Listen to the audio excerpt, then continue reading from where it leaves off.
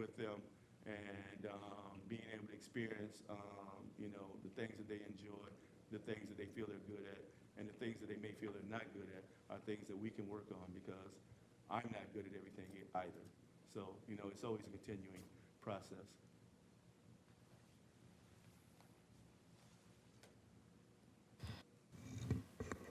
Why are you interested in this position and why should you be selected over the other candidate? Well, I think mainly because I think I would bring vision. I think I would bring passion. I have a significant amount of experience. I've been to several other different communities, so I kind of see how things have been done. I had the opportunity to see Detroit basically change overnight, if you will. I mean, it took about 10 years, but for the most part, it's almost overnight.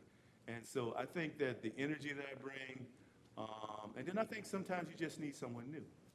And I think that bringing in someone new sometimes is a plus because it's like, you can be working on a paper all day and you read it, and you think, oh man, this is great. And you let someone else read it and they can see a couple typos or what have you.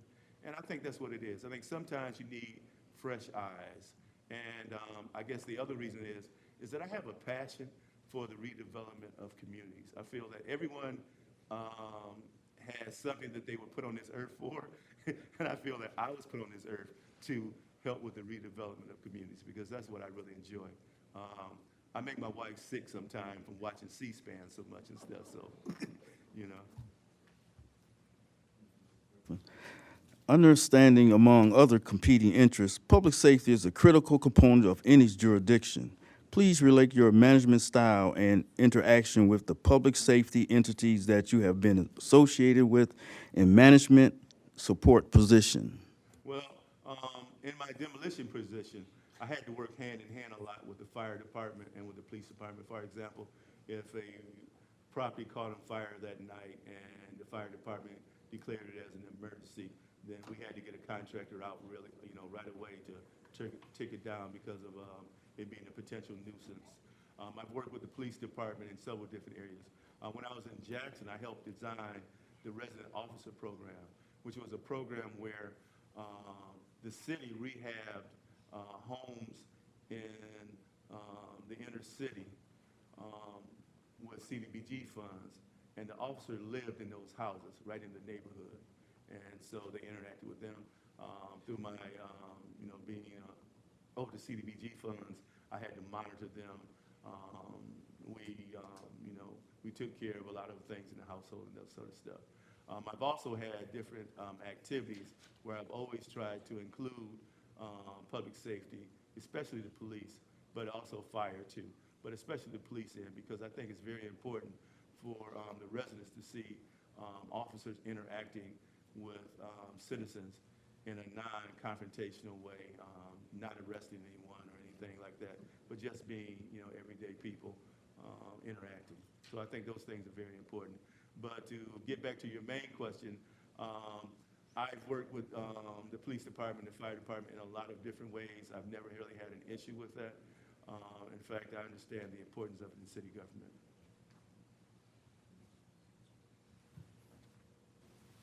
What is your philosophy regarding community engagement and keeping residents informed regarding critical issues relating to the community? Well, I think transparency is very important, especially with citizens, because I think the more the citizens understand and know, the better relationship you have with them.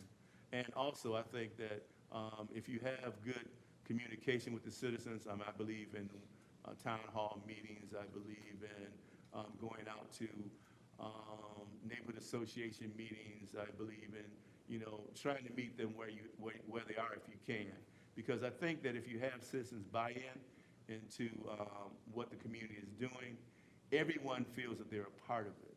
But if you don't have citizens buy-in, then you have people who feel like they've been left out, that that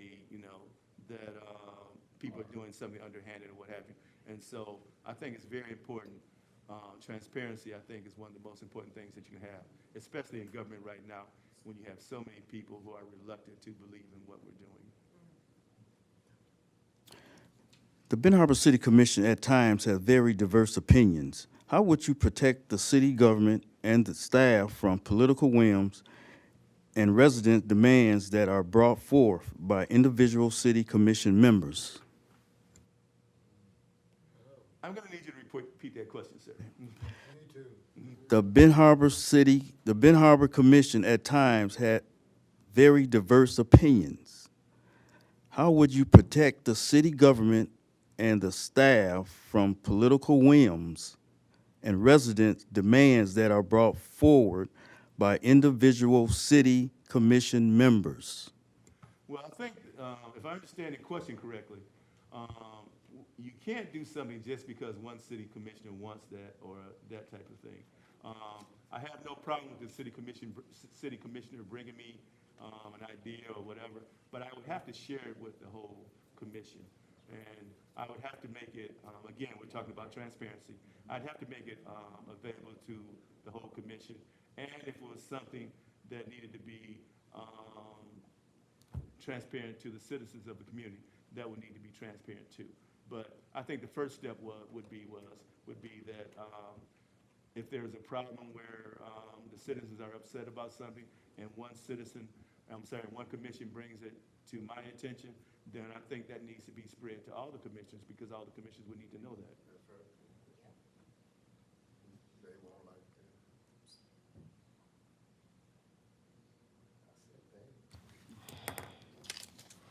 The city has many engaged citizens, non-for-profit organizations, and other active stakeholder groups.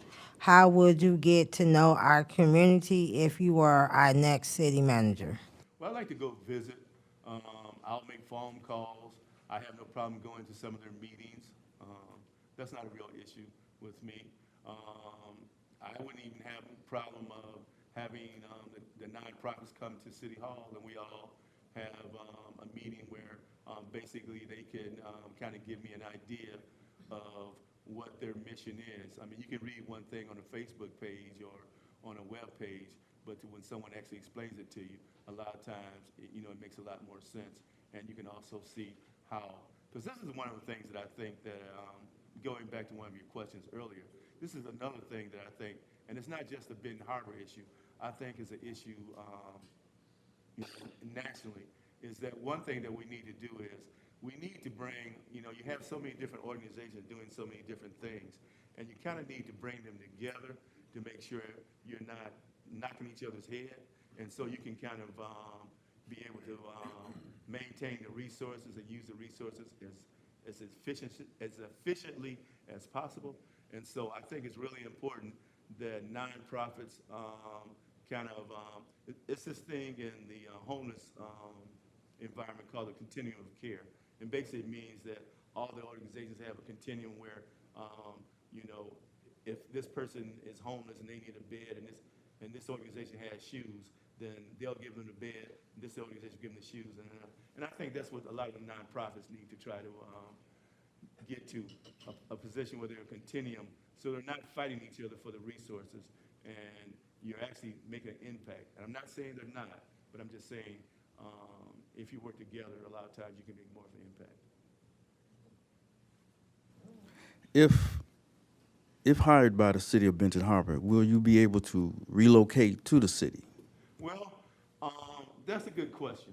I do plan on relocating, but I'm gonna be honest with y'all. Y'all get rid of folks too quick. So I'm not moving until at least after a year and a half. Come right, they should have came right too.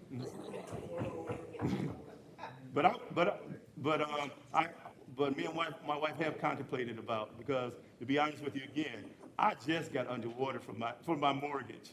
So we've talked about getting an apartment here and me coming back on the weekend or me coming back some days. So it will be some type of relocation, but actually moving, I'm not sure if I can do that until at least after a year.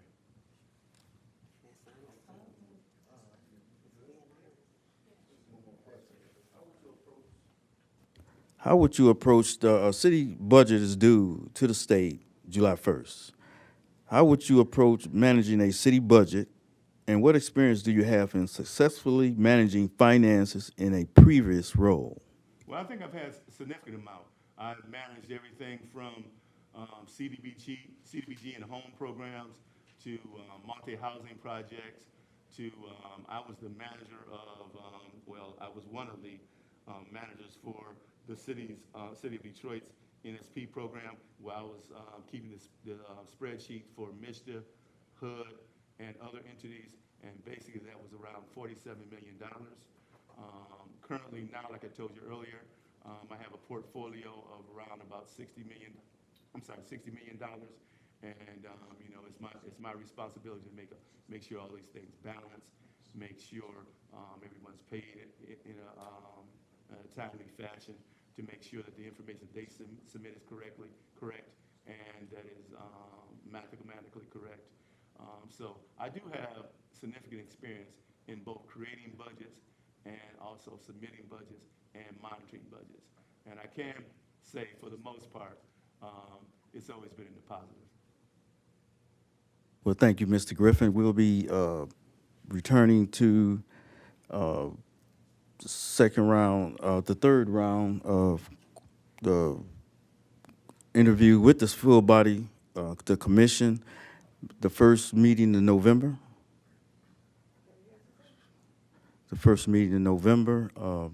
So thank you so much. So thank you, and I really appreciate it. Thank you so much.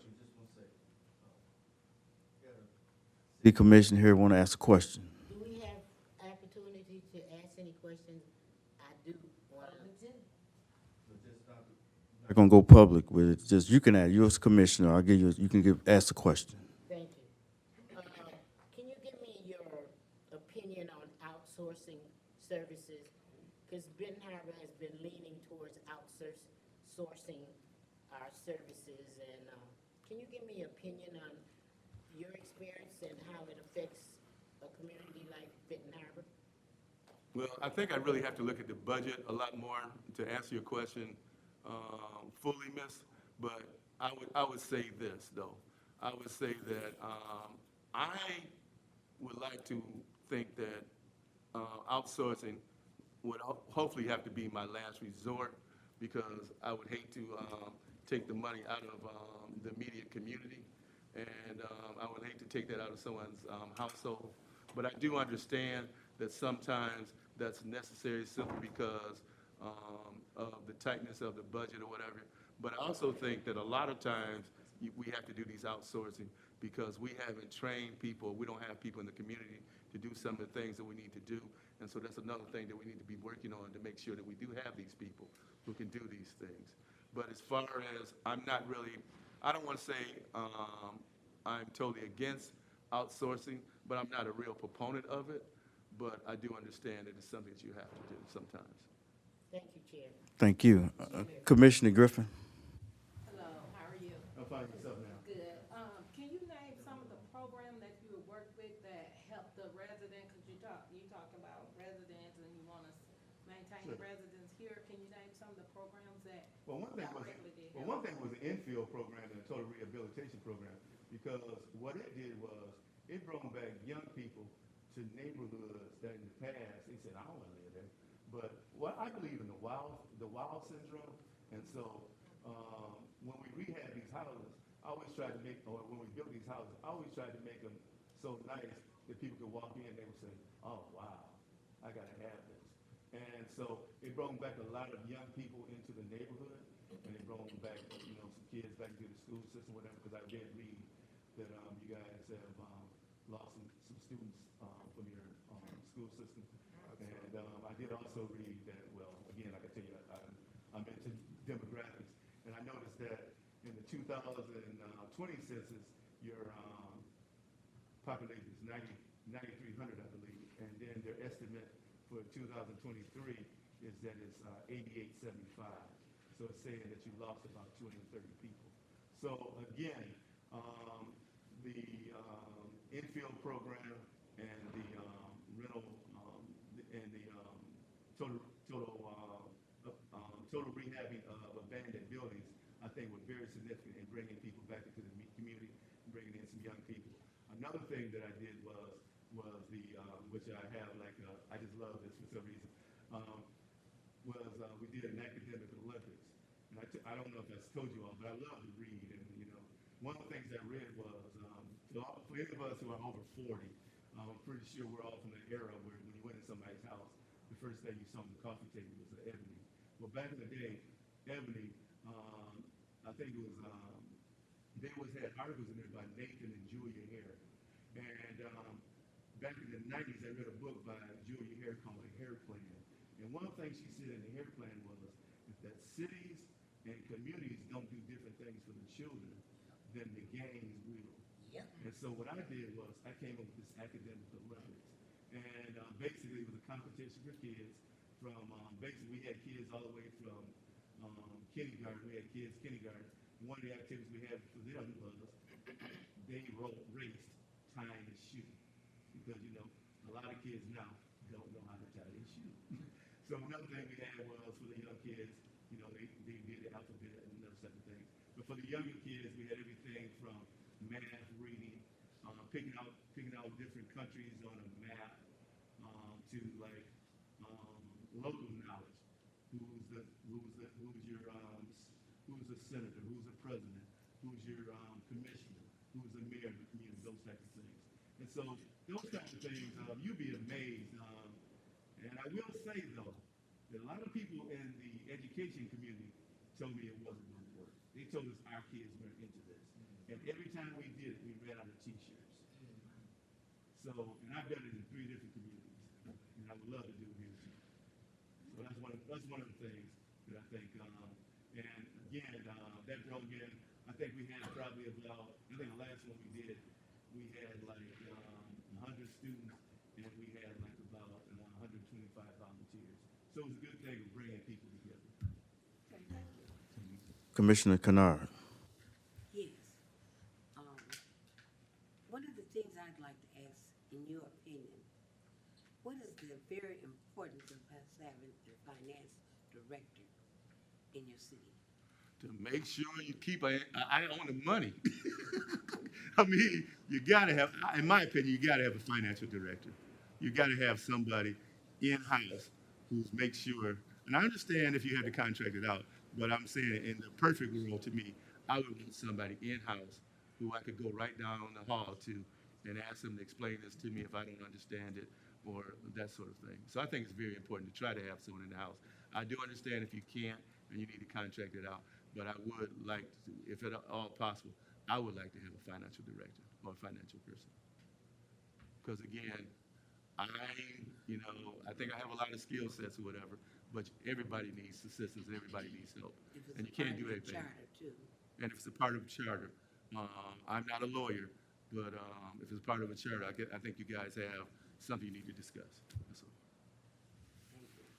Honorable Chair, would you ask, you have 2 planning commissioners here, but would you ask? The interview is over with now. I gotta get to, Justice for it? we got another interviewer coming up. What your vote is about it? Thank you, Mr. Griffin. Thank you. Commissioner? I'm sorry. Oh, thank you. Thank you so much. Thank you. Good. Clerk Moore, appreciate you more than you know.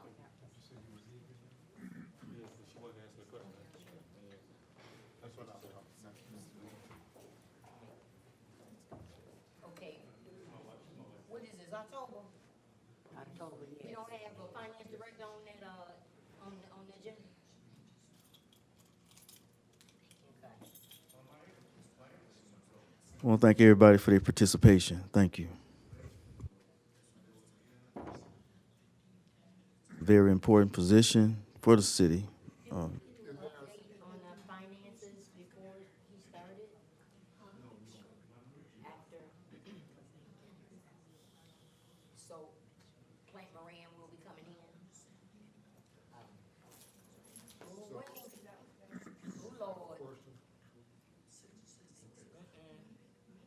Yeah, federal government, he finna put somebody on this money, about every cent.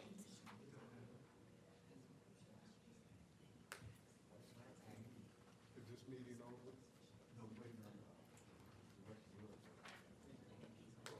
Waiting on interim City Manager Little. There'll be a citizens' comment. be, this is me, potato night. The end of the meeting, Mr. Duncan, thank you. We not even getting the crumbs, Mr. Duncan. I just wanna make sure we got it, because they will exit out. I ain't saying all of y'all, I'm just saying some of them.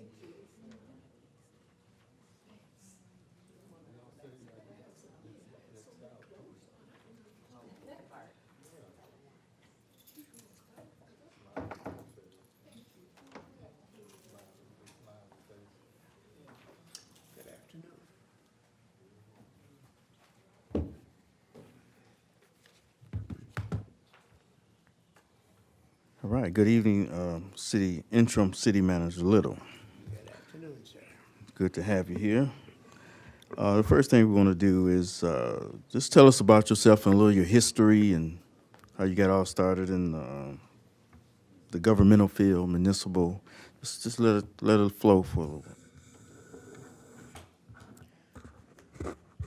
Well, as a young person who was going to college nights at Southern Illinois University in Edwardsville, and working first in the private sector at the same time, first with Midwest Pipe Division of Crane Company as an expediter and materials control specialist.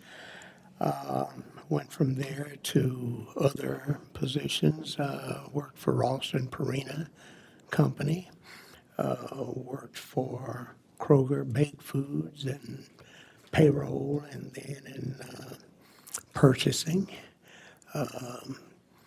Last private job I had before going into public service, I was an assistant plant manager for Vulcan Materials Company, metallics division, and was working at the plant in East St. Louis. A friend of mine decided to run for mayor and asked me to be his treasurer, which I agreed to do, thinking that's all there was to it. As soon as the election was over, I'd be through. And he won, and I went back to my job as assistant plant manager and was quite happy with it until about a week later, my boss come in with a newspaper telling me he didn't know I was unhappy. And I said, I didn't know that I was either. He says, well, the front page of the paper here says the mayor is hiring you to run the city government like a business.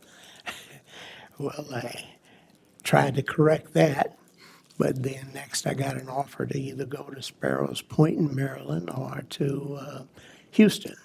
And I wasn't ready to do either, so that's how I went into city government. First, the city of East St. Louis as head of management and budget first, and then city administrator. I was there, left there, went to Springfield, where I worked under Jim Thompson as state economic opportunity officer, where I handled about $500 million in federal pass-through funding from CSA at that time. Later, I forgot the name they changed to, but Department of Energy, HUD, and several others. I worked with all of the community action agencies and like the Human Resource Department for City of Chicago, and basically handled all the 108 counties in Illinois and dispersing funds. I had a staff of about 58, including CPAs, attorneys, and whatnot that went out and assisted with the various subagents, making sure that they did things according to the regulations and so forth. After I left there, I went to Peoria. Then I came here to Benton Harbor in '84. First as its economic development director, then city manager. I left here as city administrator for the city of Gary, Indiana, for a couple of years. Then I went to Harvey, Illinois, Green Bay, Wisconsin, city of Ann Arbor, where I was assistant city manager. From Ann Arbor, I think I came back to here, went out west, and then returned to be HR and Labor Relations Director for Washington County Road Commission. And when I left there, I went to Broward County, where I spent almost 8 years and retired in 2015. Well, thank you for that. I should mention I came back here and saw that Dial-A-Ride was having problems, and it looked like it was going to be taken over. So I went to work for them to try to straighten out the problems they had there, and which I did successfully. And then with board issues led by one of our current commissioners, they wanted me out. I left and went there, and then came here a couple of years later. Start the questions now. Tell us about your most significant work-related accomplishment. What was the accomplishment, and who helped you to achieve the success? I think as a category, my most greatest accomplishment is the ability to put together projects, visualize them for the future, round up and get the people involved that can help make it happen, and encourage and get them to help do that, and as a consequence, make projects work. A lot of that is probably due to, first, the business, rather broad business experience that I had before ever getting into government, and then the experience since that time with both city government, county government, and state government. I know how it all works, so it enables me to put it together.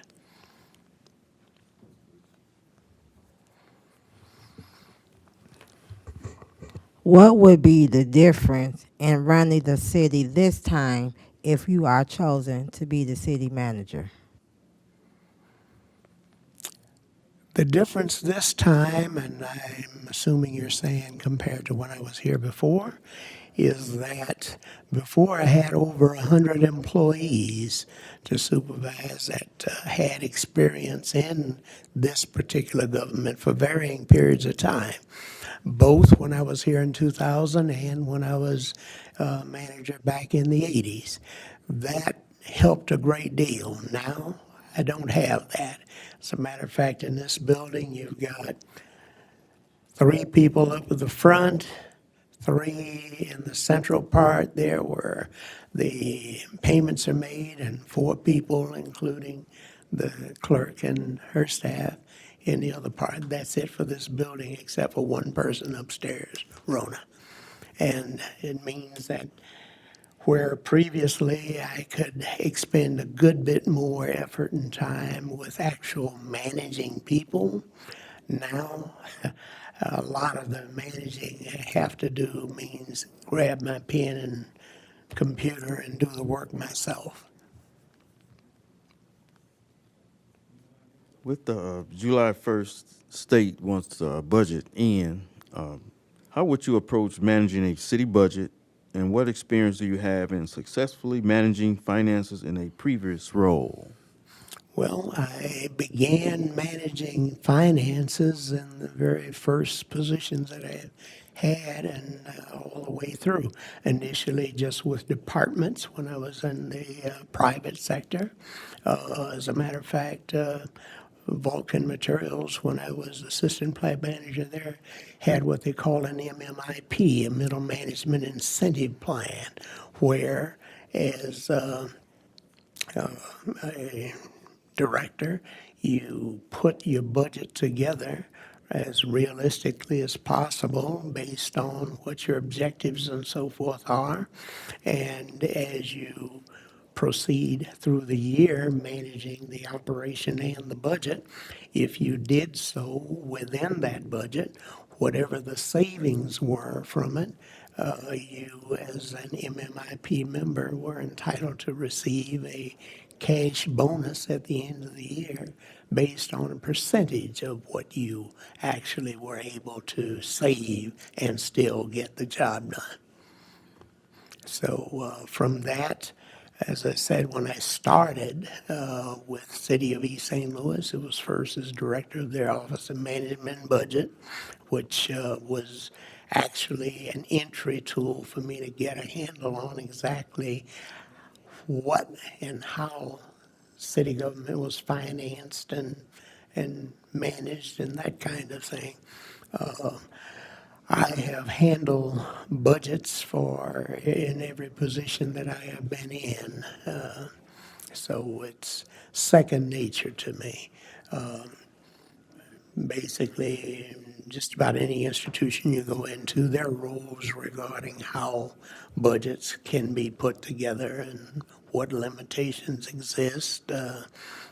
Like in city government, how much you can increase a budget may in part be dependent upon state laws. Like I believe Michigan has a law that you can't increase over 5%.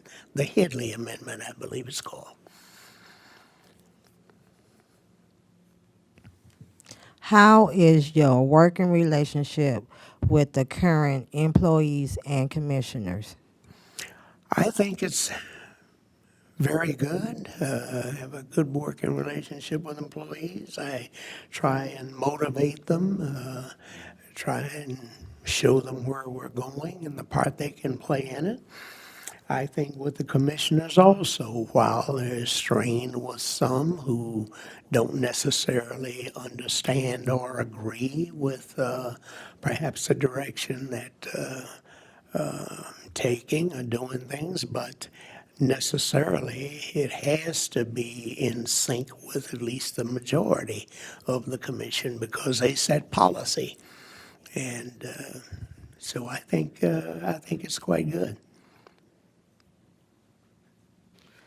How do you prioritize and delegate tasks to ensure efficiency, effectiveness in the city's operations? By planning ahead continuously in terms of knowing what needs to be done and planning to for getting it done, sitting down with the people who are responsible for trying to implement, carry out the responsibilities in a particular area, letting them know what we want to get accomplished, what kind of time frame that we want to get it done in, and monitoring their performance to make sure that it is getting done, asking for feedback. What is your vision for the future of the city of Benton Harbor? My vision for the future is to the extent that it matches the vision of the majority of the commission, because the two have to be in sync. If not, then my vision doesn't really matter. But it is to see this city become prosperous again, to see this city get back to where it is able to balance its budgets, get the necessary work done that citizens have a right to expect on a regular, ongoing basis. To do that, it necessarily means that getting to a point where the deficit situation that exists in terms of water operations disappears and gets balanced out. Same thing with cemetery. It was basically self-sufficient for many, many years and should be again, but it's going to take a little time to get there. To look at the variety of other necessary services and functions that go with city government and try to, as best we can, get these functions to where they're reasonably self-sustaining. How do you plan to engage and collaborate with the community and stakeholders in decision-making processes as a city manager? It's a daily ongoing function to communicate with the county, with the other municipal jurisdictions, St. Joe Township, Benton Township, Lincoln Township, the others that are within the region. The region can only be as successful as the weakest link, and in various areas that can change from one point to another. But they also can help each other. Recently, in a meeting where a question was raised about the water system, and the person posing the question apparently felt that the maintenance of the city system on its own wasn't really necessary until I pointed out to them that there's an interdependency between these communities, that if the township were to have some kind of catastrophic failure and needed backup, it had to come from either the city of Benton Harbor, or if it came from St. Joe, it had to come through the city of Benton Harbor. That if St. Joe had some kind of catastrophic failure, the backup had to come from the city of Benton Harbor. There's no other system that is large enough or produces enough water to do that except the city of Benton Harbor, and vice versa. If the city had to close down, it has to depend on getting water from St. Joe. They have the capacity to do so.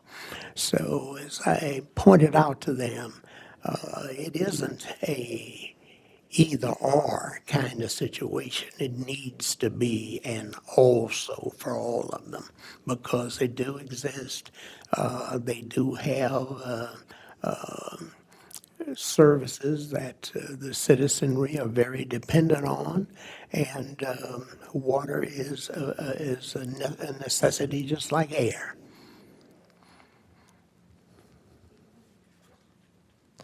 What is your philosophy regarding community engagement and keeping residents informed regarding critical issues relating to the community?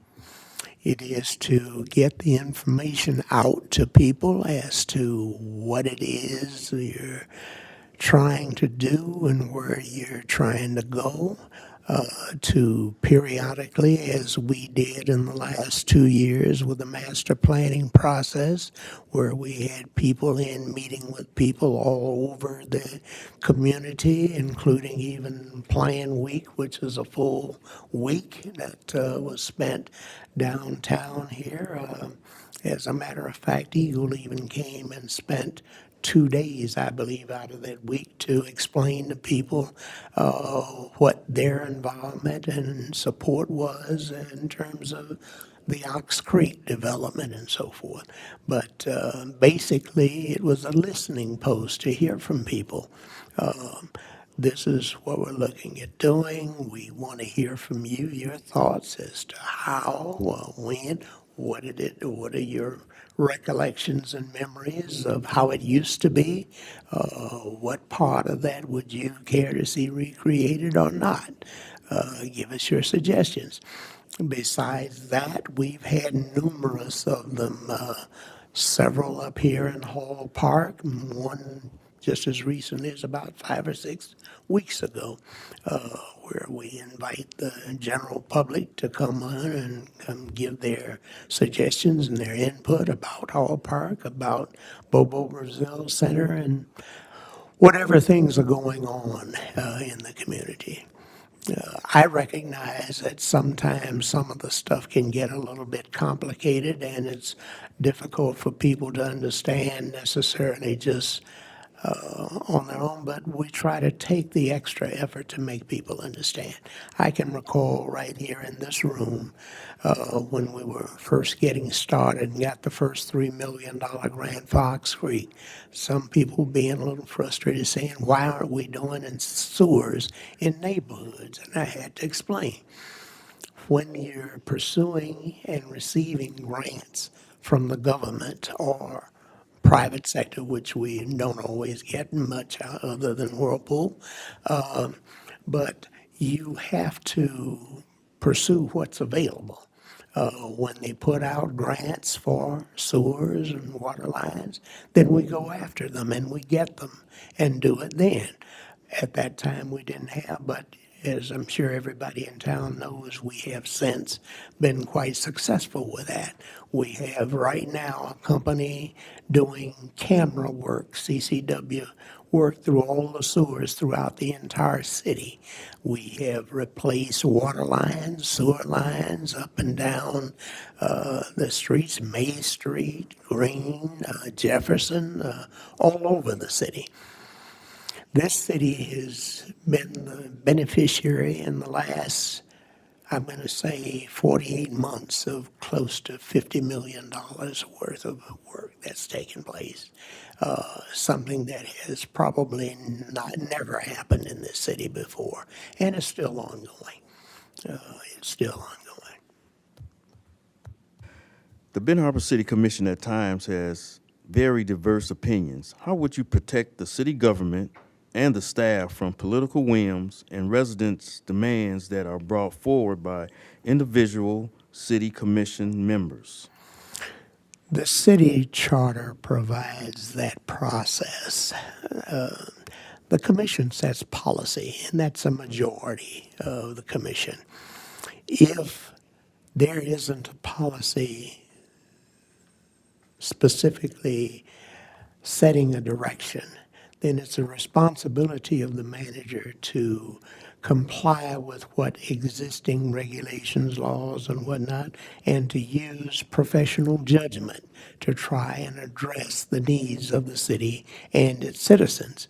Now, if at some point a majority position of that commission decides it wants to do something different, all it has to do is pass a resolution or an ordinance, and that direction we go.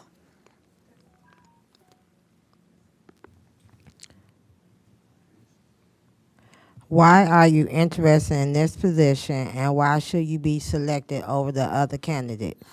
I'm interested in this position because of just what you asked a little earlier, and that is my vision for this community and the fact that I believe it matches the vision of the majority of this commission. If it did not, I wouldn't be pursuing it. But as I believe it does, I intend to utilize my many years of expertise and ability to help carry out these mutual objectives of the majority of this commission and the goals that I have for this community. I want to see it become self-sustaining again, able to have a regular ongoing program of sweeping streets, clearing out sewers, making sure that things are working as they should. Is that part? We're going to get a couple commissioners to ask some questions while they're here. Go ahead, Commissioner Griffin.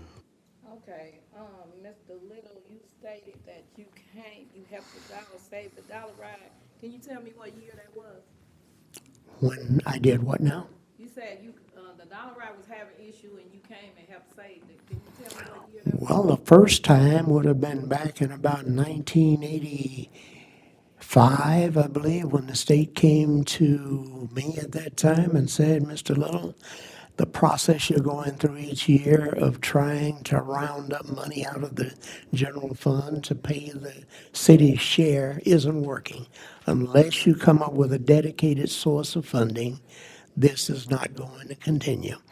And at that point, I got out and got with the commission, got an agreement that we needed to get a special levy just for transportation. And I then set about printing up material, getting out in the street, talking to people in groups to try to get the votes necessary to pass that millage. Interestingly, the only people who really got out there with me was Mickey Yarborough and Mamie Yarborough. A few people did help kind of quietly, I was aware of, but that was the first time. Second time was when MDOT came to me about a problem with the accounting and bill paying process that was going on. They were still down there where Meeks has his equipment now at the old place next to the hamburger place. And they said, the bills are not getting paid, the accounting can't be done, we haven't gotten anything in a couple of months, and unless you can do something about that, it's gonna get shut down. I put in several weekends straightening out the place's books to get that done. That was the second time. The other time is when I came back here and went to work for Dollar Ride. And that followed stories that were in the newspaper about how it was about to be taken over, that FTA had come in and done its triennial review and had something like 30-something issues that had to be resolved, and unless they were, they were going to pull back from it. So I went into the place and started looking at the listing of problems and concerns that they had. Weren't a lot different than the more recent ones they've had. A purchasing system that properly accounted for what was being bought and being authorized properly by somebody, making sure that the invoices were, first off, that the items were being received and the way they require that to be done, that a different person from the person who ordered it had to acknowledge receipt of it, signing on receiving reports and so forth. And then the invoices coming in to be matched up. When I went there, people were walking around with Amazon cards and ordering whatever they wanted to order, stacks of requisitions, didn't even have a purchase order. Everybody carried requisitions and handed them to people. Nobody knew what was being paid for. We solved those kind of issues. They were paying something like $26,000 a month for maintenance.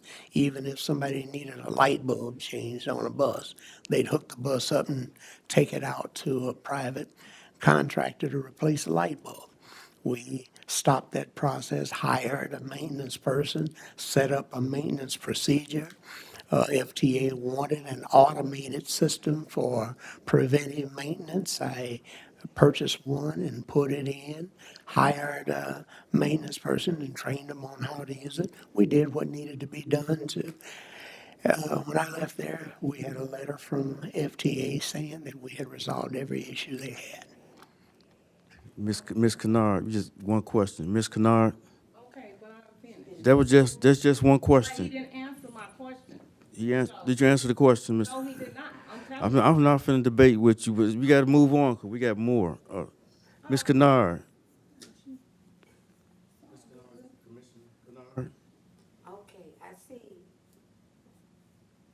that Mr. Little is very precise and very punctual in following the rules, regulations, and all. So I want to know, in him knowing the proper procedures for doing any and everything, and he did say that he left Dollar Ride because of disagreement with what was it? With certain members of the board. With certain members of the board. And so I'm seeing that the issue was that he was, that he left there, actually was fired. What was the reason for it? As a practical matter, the fact was that I entered into a contract with the board of Dollar Ride, and it basically said that if a time came that we didn't see eye to eye, nobody had to fire me. All they had to do was just tell me and pay me the balance of my unpaid leave time, and I would walk.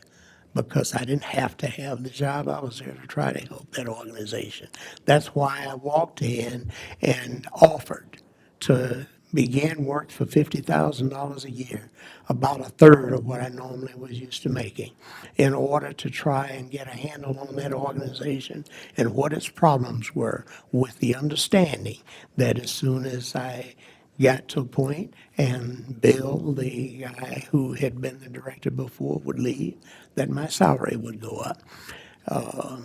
Everybody was basically fine as long as I was solving problems. Once we got a letter that said they were taken care of and people wanted to, so basically some of the board members wanted to do the things that have been done since I left that got it in the condition it's in right now. They wanted to try to tell people who to hire, who to fire, what could do, and what they could not do.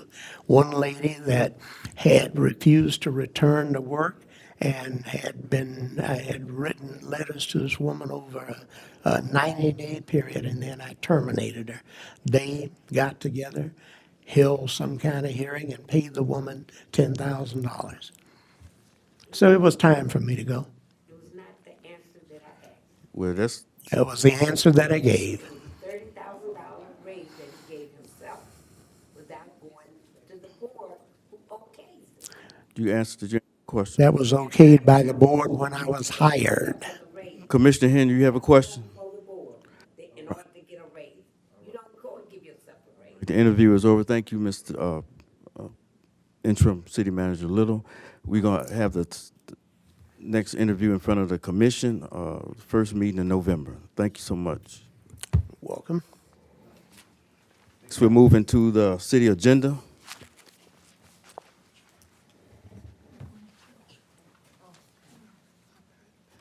I just wanna say, I've been gone, what, went 10 times? Been all The first thing, we have the personnel getting a lot report. done. Personnel is in your packet. Please. Your packet, the personnel.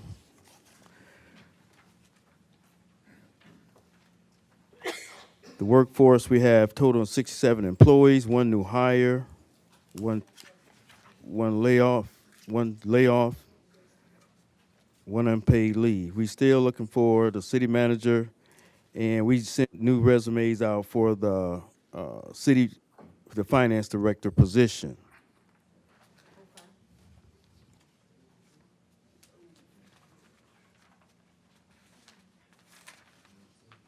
The personnel report is in your packet. Next, we have the monthly income tax department report. And individual returns, we had 137%, withholdings, 7%, total deposit, 6%. It was negative, yeah, negative 6%. There's a negative 7% for the withholdings, negative 6% for the total deposits, and 174% for refunds. And revenue, negative 20%.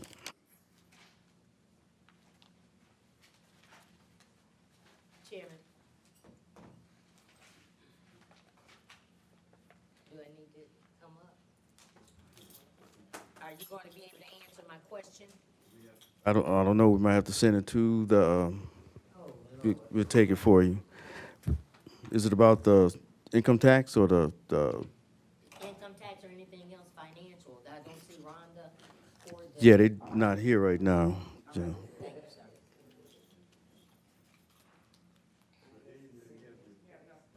you, sir. Oh, Commissioner Henry. I'm the chair, through the chair, can you ask the clerk why I can't open these documents on my computer?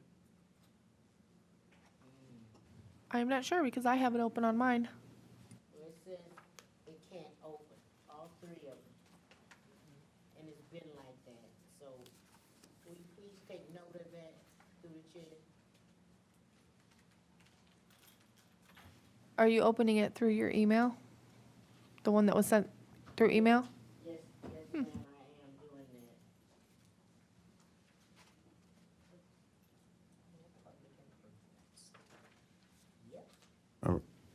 All right, next we have the financials. Try the one on the website. The one on the website I know for sure does open. There it says, can't open. But I'm gonna check the one that was emailed out, but it's the same one that's on the website, and the website one is opened. Because that's what I have open right now, is the one from the website. Okay, can you make sure and get it, cause I won't be able to manipulate the website. I'll send it to you right now. Thank you very much. Next, we have the financials. They're in your packet.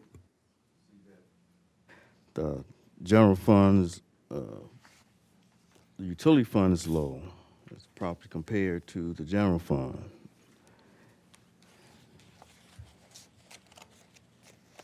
We have property tax coming in, so the general fund received 1.3 million in summer property taxes in September, which is the majority of the summer property taxes. Most of the money received was used to pay past due bills.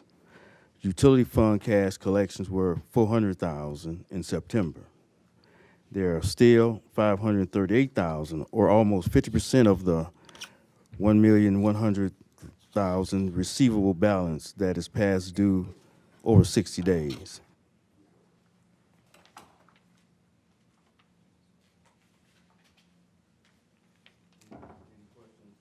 Questions about the finances?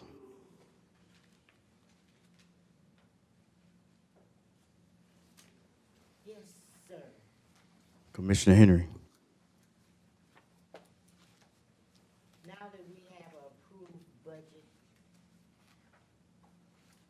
and I know I went through this last year, and it's very frustrating, because I'm back at it again this year.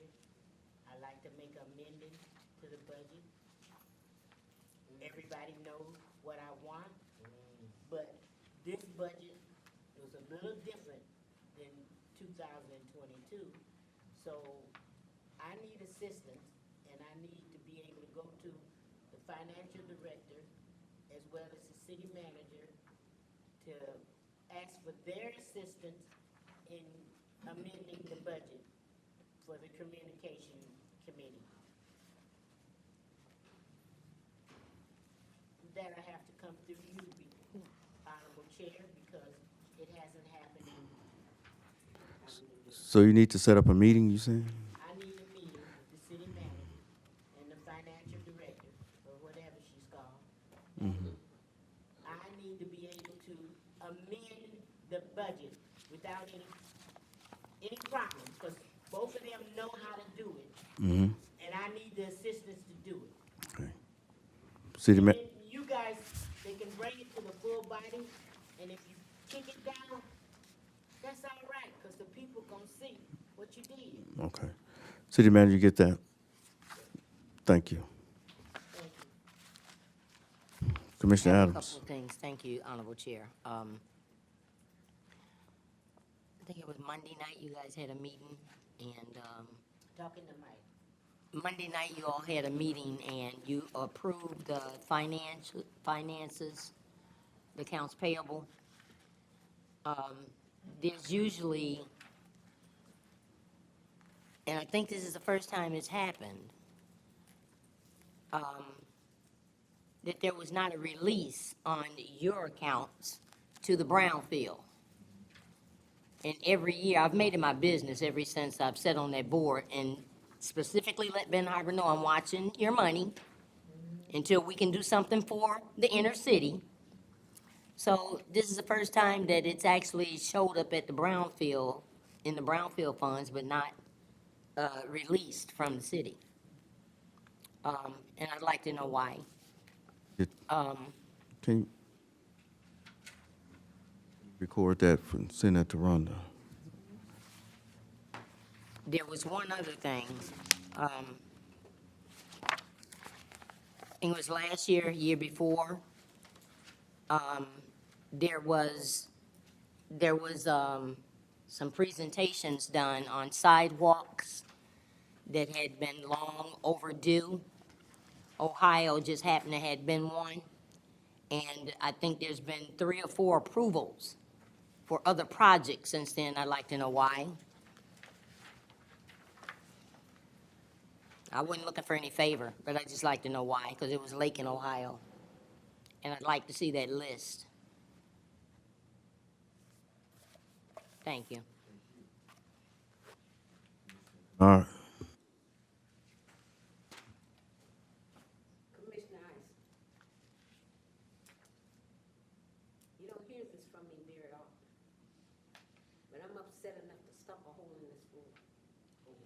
For years, I've sat here as a resident, and I've seen how you all conduct business, and you all will make room for a lie to come through rather than the truth.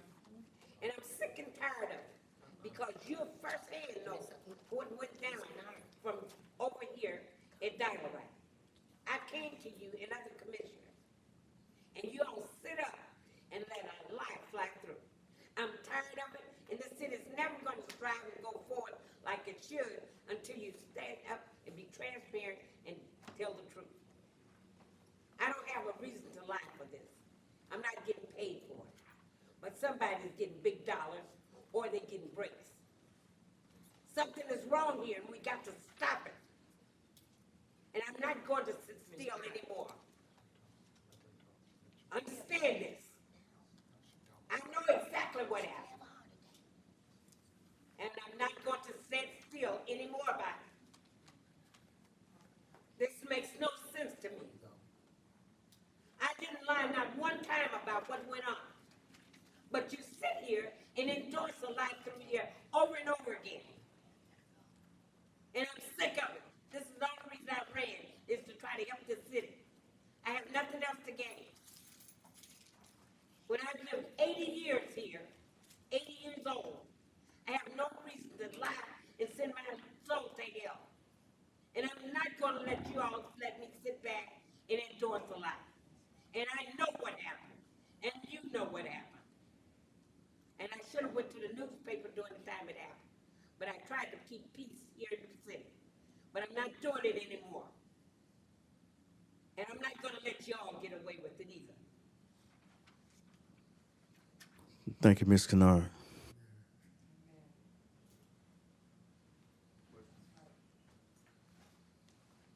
Move to the next thing on the agenda, new business.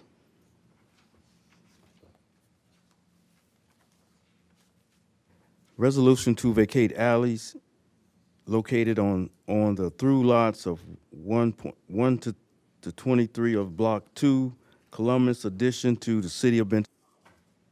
City Manager.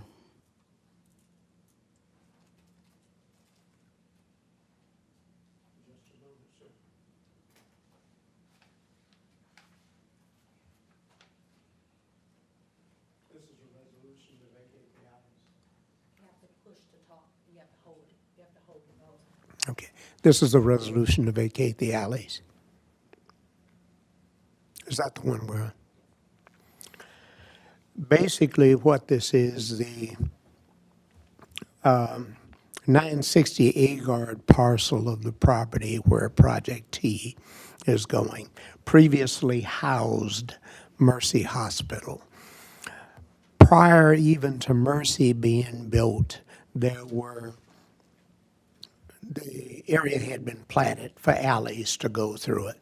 That was underneath Mercy Hospital. They were never actually activated by the city or used as they were intended for alleys.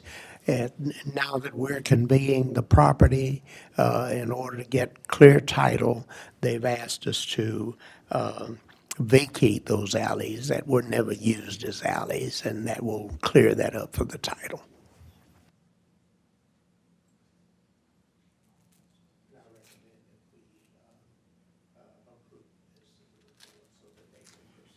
So there's no financial impact. No financial.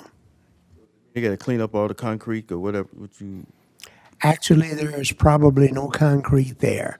As I said, it's pretty similar. That situation exists all over the city. As a matter of fact, when you look at plat maps, there's a street platted right along Ox Creek, right through the part that they're now talking about as part of the floodplain. There never was actually a street there either. I understand some years ago, probably a part of it was where they had a skating rink down there at one time. But that's still platted that way too, although there's no street through there. Right, any questions on this right here? Commissioner, Do the alley belong to any resident and then it's gone? come up to the mic, please. Really tripping today. Do I talk to you or Mr. Little? Okay. So do the alleys belong to anybody? And will it create a barrier for residents to get through? City manager. No, the alley, the platting there belongs to the city if the city were to exercise and use it. By vacating it, it just becomes a part of that parcel of property that we just conveyed. And just like the hospital set right over it, the same would be the case in terms of new development, except that we're eliminating that, essentially recognizing that we'll never use it as an alley. All right, we'll move that forward. Review of the master deed for Project T. City manager.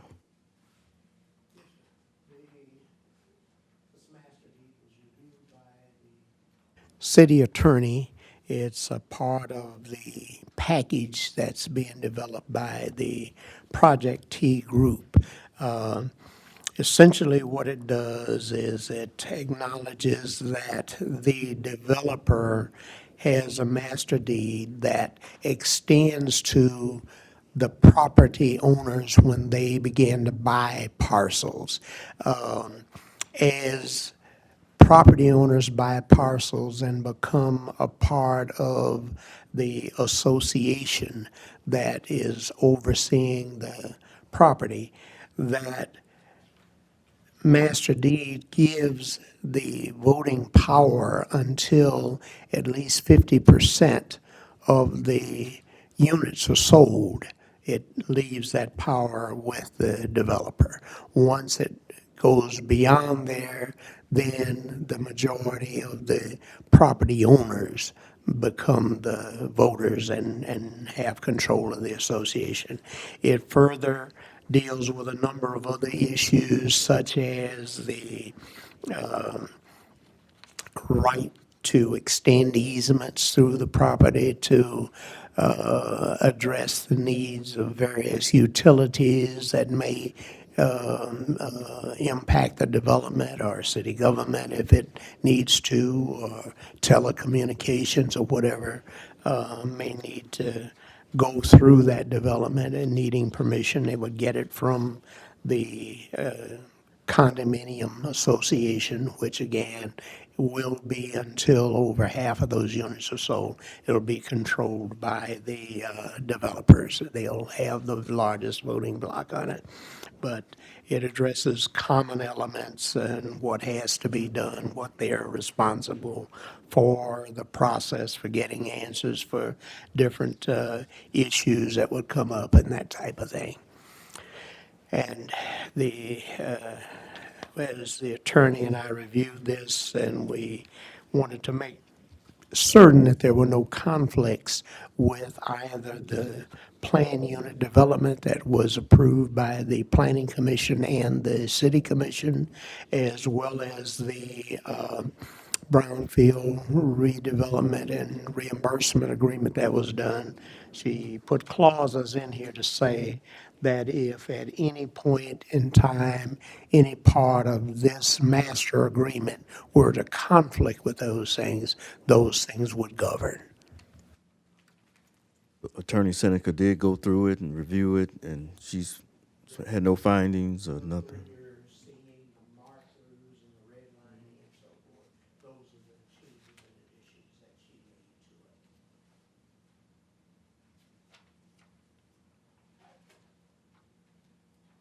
Any questions on the review of the master deed for Project T? Commissioner Henry. I want to commend staff on, providing us with a document that. Thank you. I want to commend staff on providing a document to show us the changes in the master deed.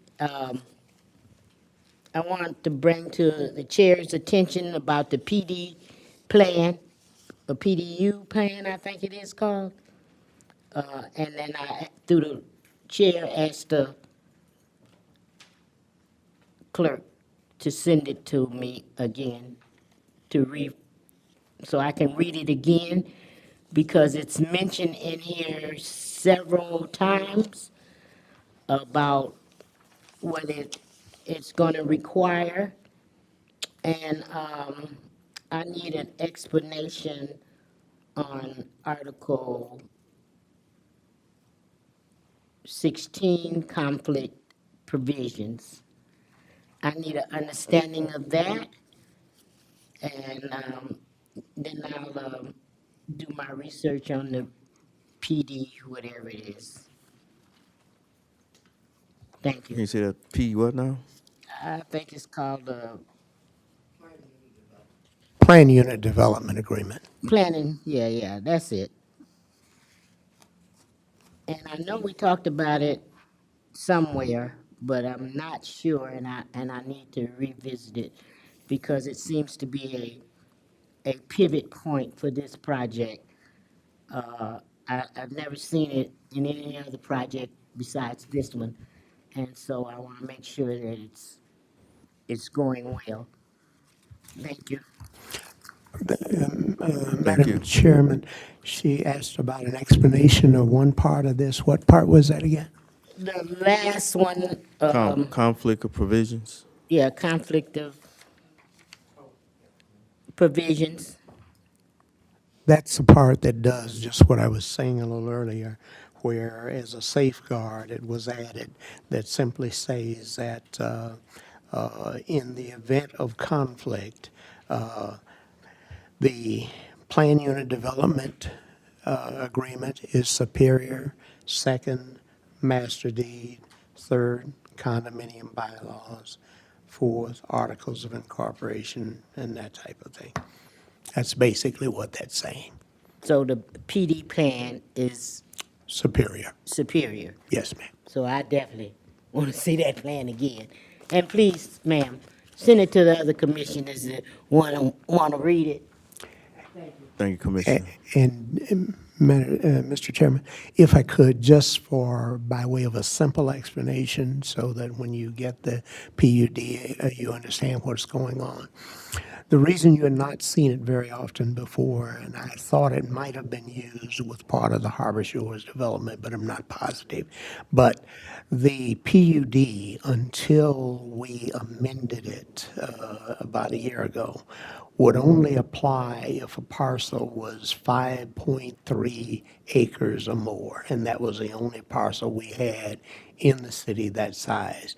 You may or may not recall that we also amended the PUD to where now a parcel only has to be 1.5 acres. But essentially what it does is it sort of suspends the individualized rules regarding what can be done and not done within that area, and allows the developer to submit a comprehensive plan that can include a mixture of things. It could be a mixture of single-family, multifamily, commercial, open space, whatever, is submitted to the Planning Commission and satisfy them that all of the necessary ingredients have been provided for in it, and then it's approved as one complete package. But that's what you'll see when you get it and go through it. So through the chair, is that every future project at Ben Harbor, will it all go under PD plan? City Manager. That size? No, only if it's specifically requested by a developer.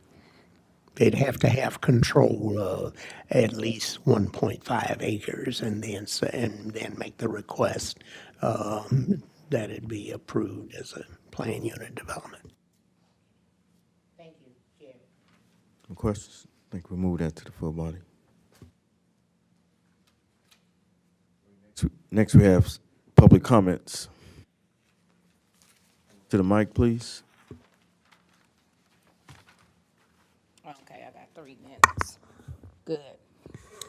So, first of all, on the interview, I think Mr. Griffin was really good. I liked it that he talked about rental re.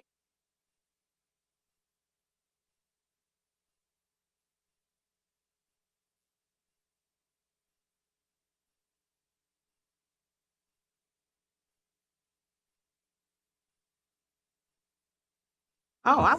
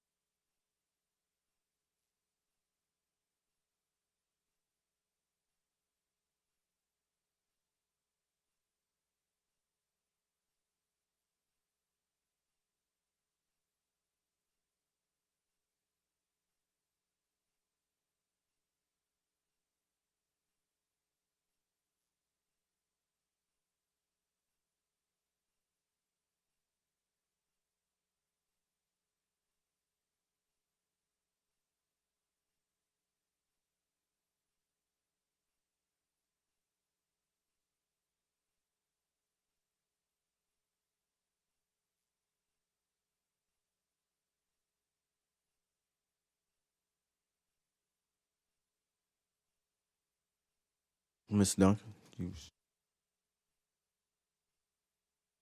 go ahead.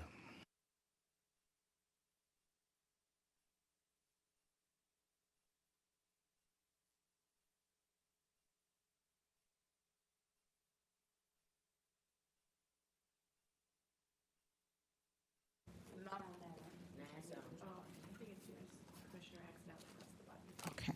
Hi, my name is Glenda Westnet, a resident of Benton Harbor, and I think the interviews went great with both candidates. I'd like to ask if you all can include in the next questionnaire, ask what they plan to do with the youth. I feel like the city of Benton Harbor and our school has failed our youth. There was programs back in the day where youth had jobs year-round, and I think one of the candidates mentioned the resident employee plan, which I think is great. City of Shreveport does that, the city of Chicago does that, and we actually had a program back when Kerry Dudley was director of community development, I was over code enforcement. We had a program where police officers lived in the city that they could buy a house for $100. I think Officer Bobo is one of those who took advantage, that may be Lundin, I'm not sure. I think that would be a great program for the city manager or you all to implement, to get residents who are a part of our community, because a lot of this crime with these youth. These youth, whether you believe it or not, they're juvenile delinquents, but they're leaders. If you look at Paul in the Bible, when he was Saul, you wouldn't want to meet him. Their story didn't end there. So don't let our youth stories end where they're at now, because these are our leaders. Each of us is getting older and older. I brought them to a commission meeting about 1.5 years ago, but I couldn't bring them back because there was so much chaos in the meeting.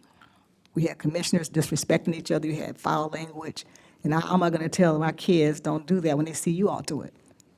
So we need unity. Ben Harbor is a gold mine, whether you believe it or not. You got waterways, highways, and railroads. Everybody wants this city. If Donald Trump knew this city, he'd be trying to buy it up. All of these people would buy Ben Harbor. Just the locations. Location is that's real estate. I went away, I moved away, I've come back. And I just like to see a great program. I don't know if you can do it through community development, get some youth programs going, through this public safety department. We need some youth programs. Our kids are dying too quick and far too many of them. I call the police once or twice a week because I have youth gathering in my house. I don't have a problem with you being there, but you're not going to be disrespectful. I have a no trespassing sign in my yard. My mom and dad were business owners in the city of Ben Harbor, some of the first blacks to own business in Ben Harbor. We had gas stations, fish shop, grocery stores. And all these kids need, because I'm nice to them, but I'm not nice. I was brought up in the 70s. So and I think they need that. And we need some programs for them. And please ask the police to don't put 2 officers on at night when you know that's your high crime rate. Put the 7 in the morning at night and the 2 in the daytime.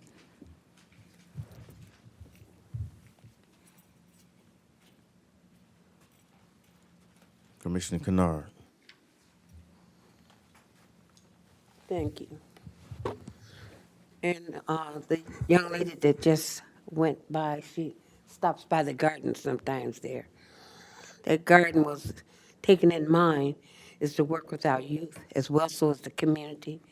Keep in touch with the community because they stop and talk to me many times about their problems. And I always explain to them I'm not a commissioner at that time, but I was there to listen to what they had to say. That was my reason for wanting to run, was because I felt that I could be a voice to help make a difference. But I see a lot of times when I try to work towards being a blessing to our community, being a voice for them, sometimes you're kicked in the stomach or in the back, and it hurts. When I tell the truth, then it's made to seem like I'm lying about something. And Commissioner Isom, I talked to you as well so as the rest of the commissioners before I even became a commissioner. I worked on boards. I did as I was asked to do, and I did my best. And I pleaded with y'all. We're here for the community, not for our own thoughts about things, but listen to what the community has to say. Because that's the reason you have the job as a commissioner or whatever position you have. So for that reason, I got no reason to cover up for anything. I'm not making hundreds and thousands of dollars.